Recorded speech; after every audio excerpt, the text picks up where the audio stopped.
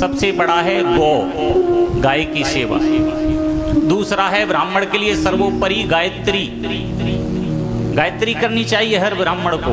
तीसरा है गंगा, गंगा को मानने वाला चाहिए, होना चाहिए। घर में गंगा जल अति आवश्यक है। गौ, गंगा, गायत्री और चौथे नंबर पर है गीता। गीता का पाठ हर घर में होना चाहिए। तो निवेदन कर रहे हैं, शालिग्राम की सेवा सर्वोपरि सेवा है। आपके घर में शालिग्राम अति आवश्यक होने चाहिए। शालिग्राम की सेवा बहुत सरल भी है और बहुत कठिन भी है।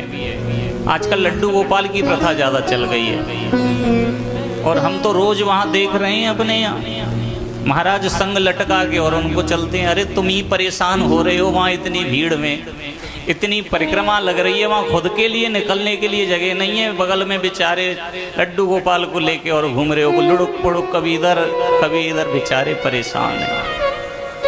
अरे कम से कम आप सेवा कर रहे हो तो अपने घर रखो, और घर जब तुम कहीं बाहर जा रहे हो तो पड़ोसी को दे जाओ, भैया सेवा कर लेना एक दो दिन, कोई मना नहीं करता। लेकिन उनको, अच्छा एक और बात, उनको वहां दिखाने क्या ले जा रहे हो? अब तुम तो वहां खड़े होकर के चाट पकौड़े उड़ा रहे हो ढकेल पे, और लड्डू गोपाल बेचारे देख रहे हैं। उनको क्या दिखाने ले जा रहे हो? वहां तो उनका वास्तविक स्वरूप पहले से मौजूद है, वहां क्या उन्हें दर्शन कराने ले जा रहे हो? नहीं, लड्डू गोपाल की सेवा सबसे कठिन सेवा है। आपको बताएं लड्डू गोपाल की सेवा कैसे होती है? हमारे यहाँ वृंदावन में आना कभी, देखना कैसी सेवा होती है। सर्दी में तो सर्दी के हिसाब से उनका खान पान रहना सहना सब होगा, और गर्मी का मौसम आएगा तो गर्मी के हिसाब से उनका खान पान और रहना सहना होगा। सारे मंदिरों में सारे देवताओं की पूजा आप सबने देखी होगी, प्रातः काल हो जाती है, ब्रह्म मुहूर्त में सारे मंदिरों के पट खुल जाते हैं। लेकिन लड्डू गोपाल के पट कितने बजे खुलते हैं? बांके बिहारी गए हो? बांके बिहारी के पट कितने बजे खुलते हैं? पहली मंगला आरती 8 बजे, सबसे पीछे जगता है। क्यों? संपूर्ण रात्रि निधि वन में रास करता है। को आराम से 2 बज जाएं 3 बज जाएं, जब रास कर लेते हैं थक जाते हैं, फिर उनको महाराज आराम की आवश्यकता होती है, तो सेवा कुंज में उनका पलंग लगाया जाता है। फिर प्रभु सोते हैं आराम से, फिर पुजारी भी सोचते हैं हमारा कन्हैया अभी सो गया है, इसे जगाओ मत। 8 बजे जगाते हैं। तो लड्डू गोपाल को महाराज 8 बजे जगाओ अपने घर में। अब नियम नहीं है 8 बजे, पहले भी जगा सकते हो आप, लेकिन वास्तविकता में लड्डू गोपाल बांके बिहारी लाल 8 बजे सो के जगते हैं। फिर उन्हें जगाइए। जैसे बच्चे को घर में अगर लड्डू गोपाल है तो बच्चे की तरह सेवा है, उसकी एक कैंडिडेट है, आपके घर का एक सदस्य है, उसको जगाइए प्रेम से।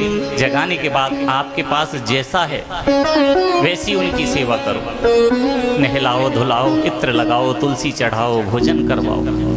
और आप तो महाराज खूब अच्छे अच्छे व्यंजन, पूड़ी कचौड़ी हलवा खीर उड़ा रहे हैं, और लड्डू गोपाल के लिए वो 4 चिनौरी या मिश्री के दाने, और किसी के यहाँ ज्यादा कृपा हो जाए तो 4 किशमिश।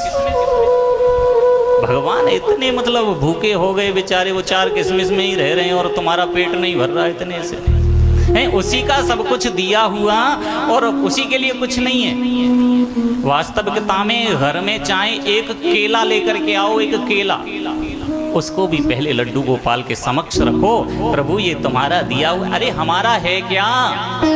हमारी क्या औकात है और हम इसे क्या खिला सकते हैं और क्या दे सकते हैं? सब इसी का दिया हुआ है। अपने घर में जो भी नई वस्तु लेकर के आओ, पहले गोपाल जी के सामने रखो, फिर उसे प्रसाद समझ करके ग्रहण करो। लेकिन कहाँ करते हैं जी? सब अपने लिए करते हैं। अपने लिए देखो, एक महीने में 4 ड्रेस नई, और लड्डू गोपाल के लिए वो एक ही चल रही है धुल करके। और एक बात बताएं आपको, लड्डू गोपाल को कभी धुल करके ड्रेस कपड़े नहीं पहनाने चाहिए।